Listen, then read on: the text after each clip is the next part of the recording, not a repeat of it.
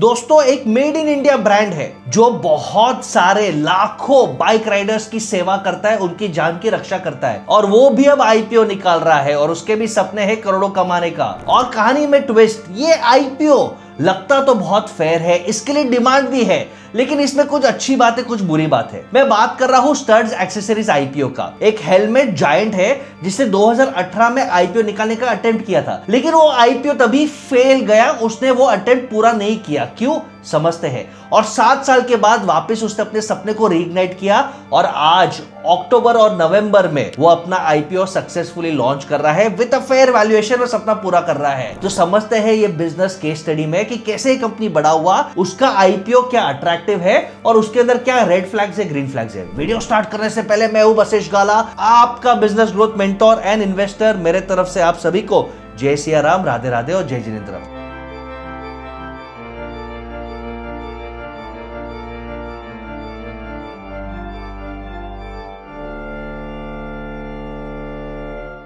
Understand करते 1973 में ये कंपनी फाउंड हुआ था और आज इंडिया का लार्जेस्ट हेलमेट मैन्युफैक्चरर है। लेकिन 1973 भाई 50 साल रगड़ा है कंपनी ने, रातों रात सक्सेस नहीं मिला है। और स्टार्ट किया था उसने as a small accessories company, उसने फोकस किया था अफोर्डेबल रोड सेफ्टी पे और आज 70 से ज्यादा कंट्रीज को एक्सपोर्ट करता है, एशिया, यूरोप, लैटिन अमेरिका, और 2300 करोड़ का ब्रांड है। और इसका बहुत इंपॉर्टेंट डिफरेंशिएशन है, ये बहुत अहम मोमेंट है दोस्तों। वो एक ही प्रोडक्ट एक ही पोजीशनिंग नहीं करता, उसने अलग अलग पोजीशनिंग ब्रांड्स बनाए हैं। उसके अंदर एक स्टड ब्रांड है जो मास मार्केट के लिए, जैसे कि मारुति होता है वैसे। एक एसएम के ब्रांड है जो 2016 में लॉन्च हुआ था, वो प्रीमियम सेगमेंट है जैसे मर्सिडीज है गाड़ी में। और साथ ही साथ वो हेलमेट के अलावा अब उसने अपने लाइन एक्सटेंशन भी किया है, वो वाइजर्स बनाता है, ग्लव्स बनाता है, लगेज बॉक्स बनाता है, राइडिंग गियर बनाता है। और आज एक नहीं दो नहीं 4 उसके स्टेट ऑफ आर्ट प्लान है हरियाणा में और कंबाइंड कैपेसिटी है उसके 1.5 करोड़ हेलमेट्स हर साल बना सकता है, 14 million to 15 million helmets per year. और 2018 में उन्होंने आईपीओ अटेम्प्ट किया था, लेकिन आईपीओ अटेम्प्ट करने के बाद जो मर्चेंट बैंकर और मार्केट से फीडबैक मिला तो वो अपने वैल्यूएशन से खुश नहीं थे, तो उन्होंने बोला कि we don't need IPO today, हम अपने नंबर्स को और स्ट्रॉन्ग करते हैं, फंडामेंटल्स को और स्ट्रॉन्ग करते हैं और जब मार्केट और स्ट्रॉन्ग होगा तब हम उसे वापस रिलॉन्च कर सकते हैं। ये बहुत इंपॉर्टेंट लेसन है कि अपने कंपनी को सिर्फ वैल्यूएशन के चक्कर में, आईपीओ के चक्कर में मत बनाओ, उसको इतना स्ट्रॉन्ग बनाओ कि वो अपने कैश फ्लो, प्रॉफिट, लिक्विडिटी से कंपनी अच्छा कर पाए। और जब टाइमिंग राइट रहेगा, बाइजू को अच्छा टाइमिंग मिला तो $22 बिलियन, बट वो एग्जीक्यूट नहीं कर पाया, बट अगर टाइमिंग राइट रहा और एग्जीक्यूट कर पाए तो आप हमेशा अच्छा वैल्यूएशन, अच्छा आईपीओ, अच्छा प्रॉफिट, अच्छा कैश फ्लो, अच्छा सस्टेनेबिलिटी ले पाओगे। तो मैं कंपनी को कमेंट करता हूं कि 2018 में उन्होंने अपने आप पे संतुष्टि रखा और बोला we are not happy, we can do much better, तभी आईपीओ लॉन्च नहीं किया और 7 साल रुके। और अप्रोक्सीमेटली आईपीओ का एक्साइटमेंट क्या है अंडरस्टैंड करते हैं कुछ ही देर में, लेकिन पहले फंडामेंटल समझ लेते हैं। ऑर्गेनाइज हेलमेट मार्केट का 25% मार्केट शेयर है और ये 50 इयर्स के डोमिनेंस पे उन्होंने बिल्ड किया है। अब आईपीओ का अंडरस्टैंड करते हैं, नंबर्स क्या है। आईपीओ लॉन्च हो रहा है 30 अक्टूबर से 3 नवंबर तक। उसका प्राइस बैंड है अराउंड 557 से 585। इश्यू है 455 करोड़ का। और बसेशर हमेशा क्या बोलते हैं कि ये पैसा कहां पे जाएगा, कंपनी के अंदर जाएगा, आर&डी मैन्युफैक्चरिंग में, कि पूरा का पूरा एग्जिट। तो ये आईपीओ 100% ओएफएस है, ऑफर फॉर सेल, कोई फ्रेश इश्यू नहीं है। ये सबसे बड़ा रेड फ्लैग है कि वो टाइमिंग को लेके, मार्केटिंग को देख के, मार्केट को देख के पैसा रेस करके early promoters, early investors exit कर रहे हैं, वो अपने घर पे पैसा लेके जा रहे हैं। एक पाई भी कंपनी के मैन्युफैक्चरिंग, आर&डी, मार्केटिंग में नहीं जाने वाला, ये रेड फ्लैग है। आज ग्रे मार्केट प्रीमियम इसका स्ट्रॉन्ग है, 10% के ऊपर है। 2 दिन में एंटिसिपेट कर रहे हैं लोग कि ये 5 टाइम्स ओवरबुक हो जाए। क्यों ओवरबुक हो जाएंगे हम समझते हैं, और एंकर इन्वेस्टर्स ने अच्छा पार्टिसिपेशन इसमें दिया है। अब क्यों इसमें लोग एक्साइटेड है हम समझते हैं, इसका बिजनेस मॉडल और बाद में वैल्यूएशन का फंडामेंटल भी समझते हैं। इसका रेवेन्यू 2 जगह से आता है, एक्सपोर्ट से भी आता है, Europe, Latin America, Asia, Africa, और डोमेस्टिक सेल से भी आता है। यानी ये ट्रूली एक ग्लोबल ब्रांड है। और सेटअप इंडिया का फर्स्ट उसने हेलमेट टेस्टिंग लैब किया है, ब्रांड रिकॉल अच्छा अच्छा है। और आज का जो यंग इंडियन है वो सेफ्टी कॉन्शियस है, इसलिए टाटा पंच वो प्रेफर करता है ओवर मारुति वैगन आर। तो यही कंपनी के पास सेफ्टी सर्टिफिकेशन अच्छे है, ISI, ECE, DOT, अच्छे सेफ्टी सर्टिफिकेशन है। और सबसे बड़ा स्ट्रेंथ कंपनी का बैकवर्ड इंटीग्रेशन, खुद मैन्युफैक्चर करता है, R&D करता है, सेफ्टी क्वालिटी चेक करता है, और इसके कारण इसके पास क्वालिटी कंट्रोल और मार्जिन दोनों है, और बाकी ब्रांड्स को वो चैलेंज कर सकता है। अब टू व्हीलर का पॉपुलेशन धीरे धीरे बढ़ रहा है, और आपको पता है कि गवर्नमेंट और ट्रैफिक लॉज रेगुलेशन पे बहुत स्ट्रिक्ट हो रहा है। टियर 1 टियर 2 सिटी में अगर आपको कैमरा ने पकड़ लिया बिना हेलमेट का तो स्ट्रेट अवे आपको व्हाट्सएप मिल जाता है, SMS मिल जाता है कि चालान आ गया।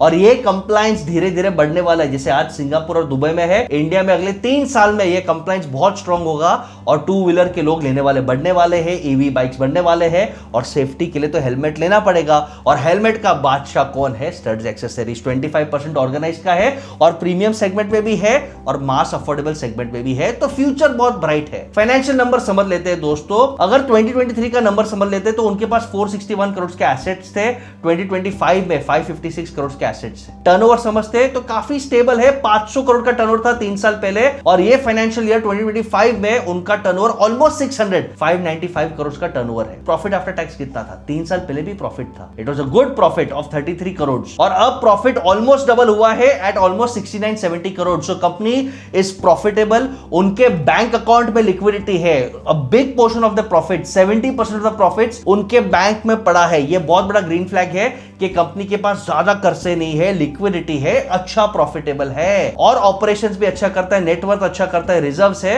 और बोरोइंग कितना है भाई साहब? बोरोइंग कितना है? तो 3 साल पहले उनके पास लोन्स थे अराउंड 30 करोड़ का, आज लोन से सिर्फ 3 करोड़ के अंदर, तो ज्यादा डेट भी नहीं है। तो भाई साहब रेवेन्यू बड़ा है, प्रॉफिट आफ्टर टैक्स भी बड़ा है, और वैल्यूएशन क्या है? इसका वैल्यूएशन है PE रेशियो का 33, which is a fair valuation. Stock market मेरे हिसाब से 10 to 40 के बीच में कंपनी को एक्सेप्ट करता है। तो ये कंपनी वैल्यूएशन वाइज अच्छा है, प्रॉफिटेबिलिटी वाइज अच्छा है, लोन्स कम है, लिक्विडिटी अच्छा है, प्रॉफिट अच्छा है, तो ये बहुत अच्छा है। और अगर हम ROI पैरामीटर देखें, ROC पैरामीटर देखें, तो EBITDA margin, operating profit margin 18% है, again a good flag. ROE percentage 16% है, again a good flag. ROC return on capital employed 20% है, यानी जो भी कंपनी में पैसा लगाता है लोन्स के थ्रू या खुद के थ्रू, उसे 20% रिटर्न मिल रहा है। तो ये सब पैरामीटर्स पे हम हमेशा थम्स अप दे रहे हैं। डेट नहीं है, प्रॉफिट कैश फ्लो अच्छा है, लिक्विडिटी अच्छा है, तो company is doing good. IPO का फायदा कंपनी को आज नहीं होगा, पूरा पैसा एग्जिट हो जाएगा, लेकिन कंपनी अच्छा कर रहा है, और IPO के बाद